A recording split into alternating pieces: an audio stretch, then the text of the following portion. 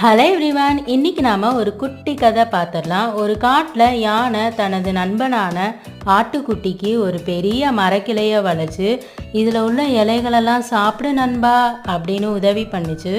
யானையும் ஆட்டுக்குட்டியும் ஜாலியாக நடக்கும்போது பழங்கள் நிறைந்த ஒரு மரத்தோட கிளையை யானை வளைக்கும்போது எதிர்பாராத விதமாக ஒரு குட்டி அணில் குளத்துல பொத்துன்னு விழுந்துச்சு. உதவி பண்ணுங்க அப்படிங்கிற அழுகுரலை கேட்டு கவலைப்படாதீங்க குட்டி அணிலேன்னு சொல்லிட்டு இந்த ஆட்டுக்குட்டி குளத்துல விழுந்துச்சு. அணில் குட்டியை காப்பாற்ற முடியாதனால ஆட்டுக்குட்டி மூழ்கிற நிலைமைக்கு போகும்போது இந்த யானையும் குளத்துல விழுந்து தன்னோட நண்பர்களை காப்பாத்துச்சு.